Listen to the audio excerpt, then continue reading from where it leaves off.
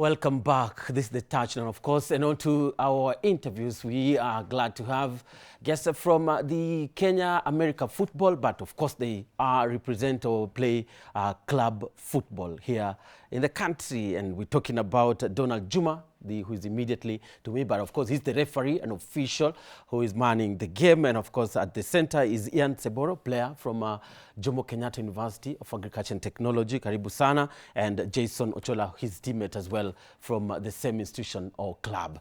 So we are here to talk about the American football.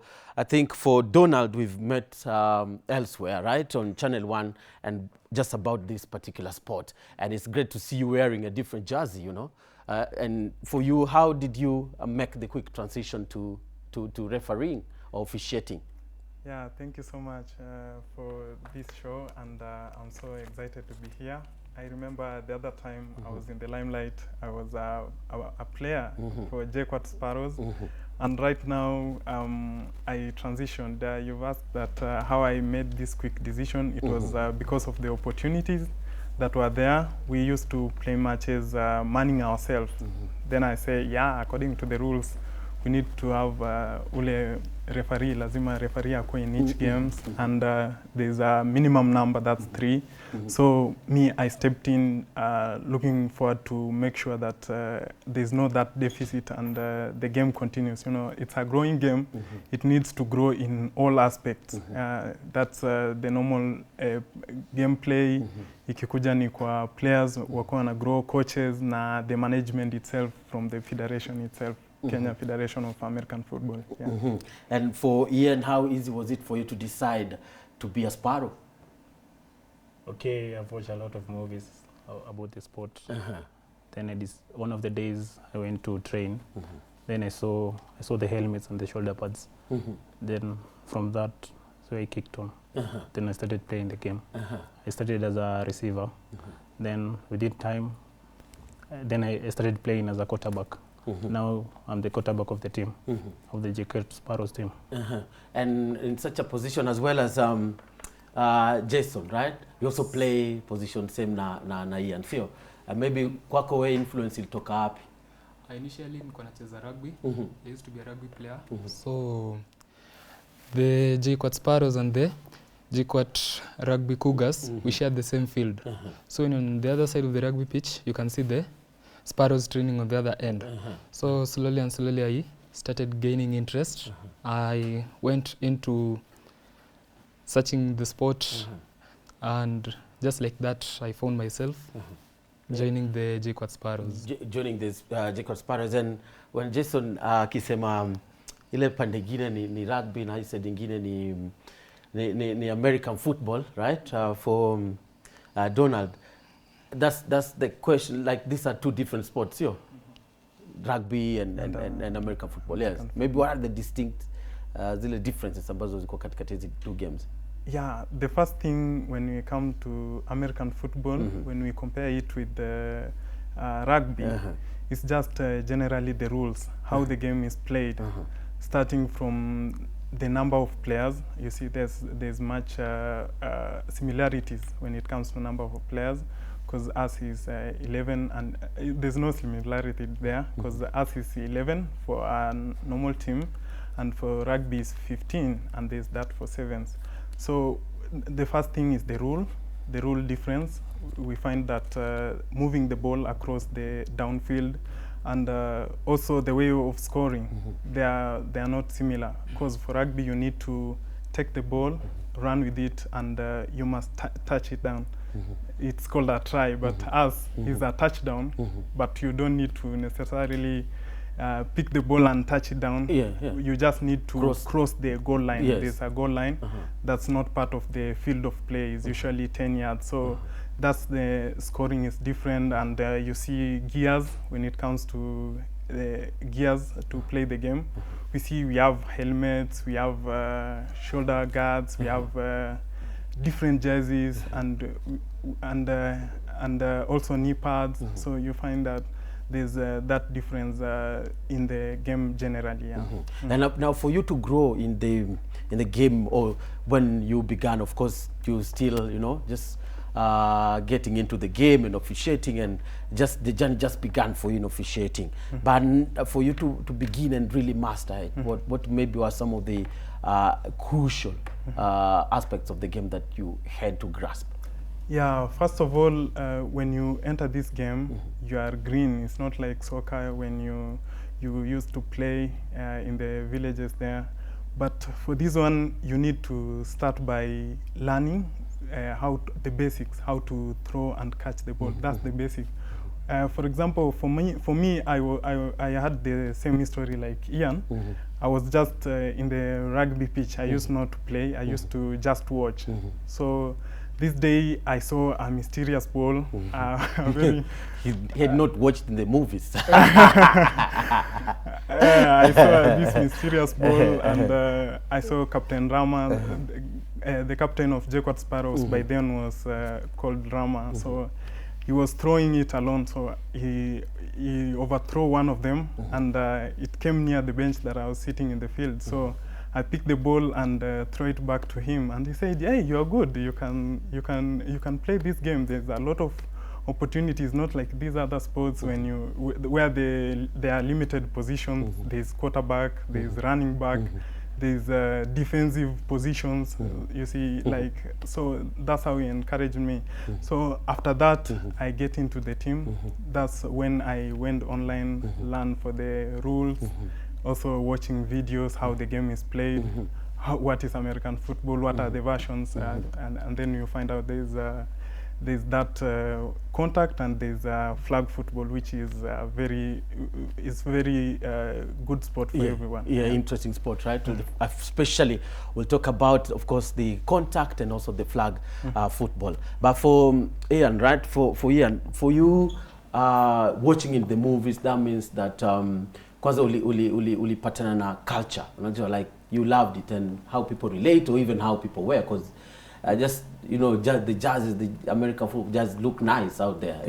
And now you see, with this influence and getting into the game, when you know how it's what's the influence of this particular sport out there on the public, then you begin playing it. What's like your dream? What's in your mind? At first, I used to play for fun. Then now we have dreams, though. Yeah. Well, what's the dream? You mind sharing?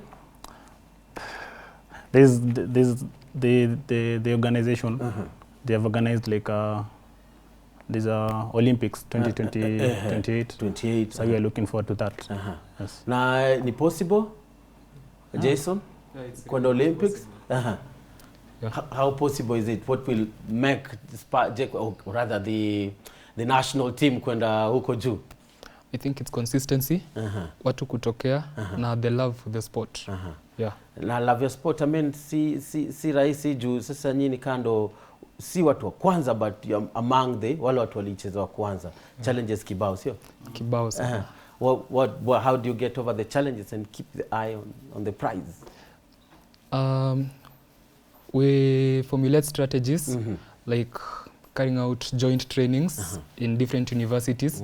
At least that keeps the spirit burning. Na pia tuko na tournaments zenye tunaunda sisi kwa sisi. Yes, there's the federation's calendar. Wametupangia the league. But sasa we can't rely on the dates alone. Junapata maybe zimeachana na like 2 weeks. So najua we need to keep the guys on toes. So hapo ndo unapata tuko na like games every weekend. Tuko na tournaments against our rivals, the clubs, the campuses. Yeah. Ian, how siku za kwanza when you went kwa hizi games, ulikuwa kina aje? Nini ulikuwa unataka kufanya na kitu ambao hutaki haifai kutokea ndo kesho ikuwe promising? Okay, the aim of the game is to gain the edges, the yards. So the main aim was playing as a receiver. The main aim was to catch the ball, so that you can gain the edge. The edge, then we proceed. Yeah. And for kwa msea kwe quarterback, how uli switch aje from receiver to quarterback? At the time, my captain Francis used to play the position of the quarterback. So one of the days, he influenced me to start throwing. Then I learned from him actually. Na ni sport inataka nini? Just the mindset. Ukue hapo, utrain, like it is an athletic sport. Unafaa kuwa an athlete. How good a quarterback is you, Jason? What has made you good, you know? Currently, I'm not focusing much on quarterback. Nime revert back to the defense.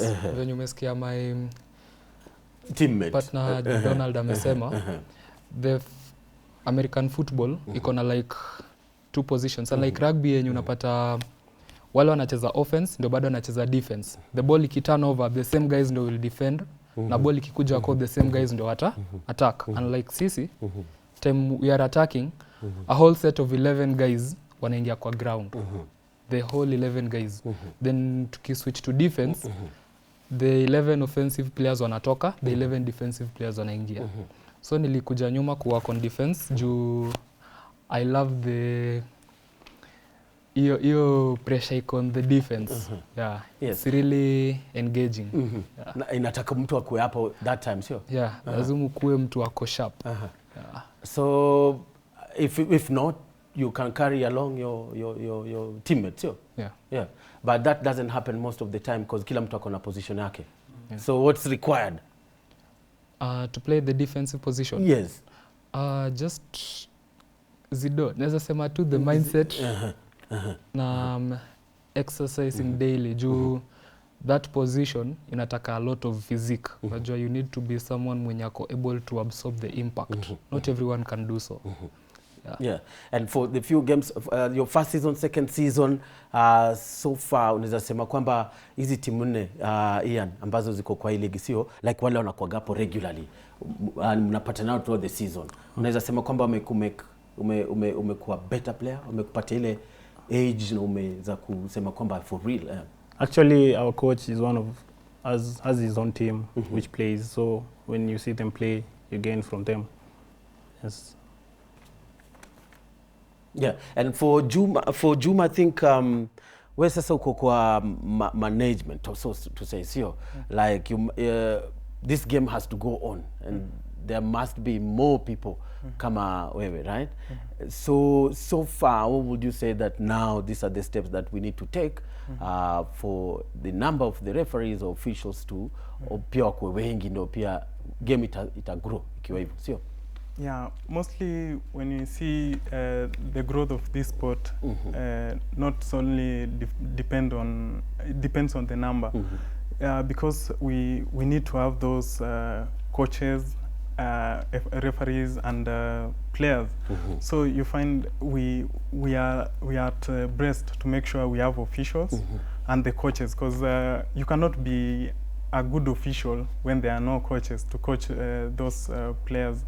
The coaches usually do a lot of work, maybe grooming up the players, bringing them up, making sure that they come to the field, they have the knowledge of the rules. Us is not to punish, but to make sure that we enforce the rules of the game. So then when it comes to growth of this sport, I'm anticipating that this year we are going to have great movement, especially as we are eyeing the LA 2028, and we are sure we'll represent Africa, because we'll have maybe league matches with the other African countries like Ghana, Uganda, and South Africa, and Morocco, and there are many African countries that play the sport. That play the sport. So we'll have a knockout. We have a representative. And we are sure Kenya will represent us in the LA 28. Yes, ni timu moja kutoka Africa amongst the nations that played in Africa who will go to Olympics. Only one slot for African teams at the Olympics. Yeah, it's not yet decided, because that's the work of the International Federation. They will give a roadmap of how this other national federation will go about getting to LA 2028.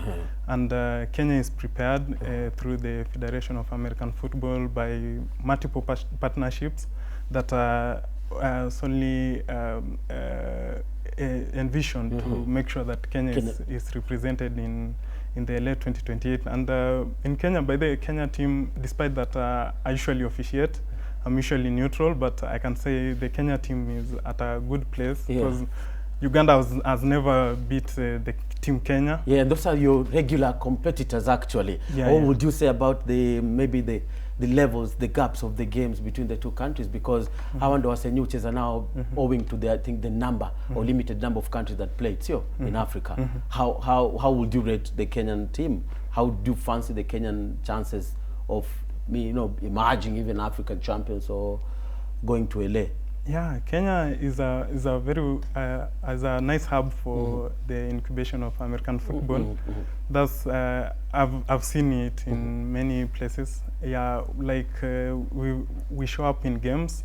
Either we have not trained hard. Some players have trained hard, but we go to them and we beat them. Like the game is inside the blood of the Kenyan players. So they are already ready, and I'm very sure that they are going to participate very well in higher percentage, like over 50. Ian, maybe as we wind up, just your target for this particular season, right? Inaweza kwa nini? Just finish the top of the table. We actually at this time we are playing the flag football circuit, the university circuit. Our aim is to finish on top of the table, actually in position 3, actually now. And maybe turn out for Steelers. Maybe turn out for Steelers? Yes. Yeah, Jason, for you? My goal for this season, as my brother said, is to finish first and to have the sport endorsed in a lot of campuses, not just like 4 campuses. Tunafikiria kuhusu kuipeleka USIU because it used to be there. We have thought of ZTech. Recently we were in KU, Kenyatta University, and we're also planning to move to other regions, like the western regions, where the western and the Nyanza region, so that we can give the Maseno Pirates some competition locally. And this will come with but why is it like suitable kucheza kama campo? Juu campus people are readily available. Ni ngumu sana campus upate students wako engaged in job. Unapata huko nje most clubs actually zenye ziko sahi, these guys never meet up daily kufanya exercises. They meet up once in maybe like a week or twice in a week. So they hakuna ile kubuild your consistency sana. But unaona in campus you can grow the culture. Tunaweza build the culture from campus. Juu hapo ndio tuko na that energy na people are available. Yeah, and maybe before I finally just go, right, because tunafaa kumaliza na when Donald will be explaining tofauti ya contact na flag. I think contact is the traditional that we know, right? But there is the flag that's so interesting. For it's a sight for the sore eyes, like you really want to watch it. But just your view on this year's Super Bowl. Ian, where's your money? My money is at Eagles. At the Eagles, right? The Philly Eagles. Why? Ni kina Mahomes wamezoea sana. Yeah, I saw Mahomes. Yeah, but anyway, for Jason. Me na stick na Mahomes bado. Me bado ni Kansas Chiefs. As much as Eagles wameshow effort. Actually wamefanya a lot yenye metushtua hadi. But I'll stick with my team. You stay with Mahomes, wameshinda sana, sio? This will be they'll be going for it for which season now? Third pit. Oh, and also what's more important to me, I think Kendrick Lamar will be performing. Hip hop will be there again. Can Snoop on Kwapo the other time for the first time. And can we see such a thing in Kenya? That should be the vision, sio? It's possible. Yeah, unajua huko they've found ways of commercializing the sport. So it's benefiting the country, not just the players peke. I think that's one thing our management inafaa ifungue macho yangalie. We need to start prioritizing the players, then we look for ways we can monetize the sports. Not just like nisemaje kutafuta sponsors wakuje, then after that things are back to normal. Yeah, mostly also the artists in Kenya, we welcome them to this sport. They can really come in, they can do music in a football way. And I think this is, I think in a campus ni wagani kama melting pot ya culture. I think it has to start from there. Like it's a campus thing. Anytime there's a season finale, like people playing, and then at the end of the season, wasani wa wale wanatoka hizo makampo, you know, that's where every big artist comes from. Na ma DJ pia. So get them there on the stage. Kama Culture Week. Why is Culture Week so big? Yeah.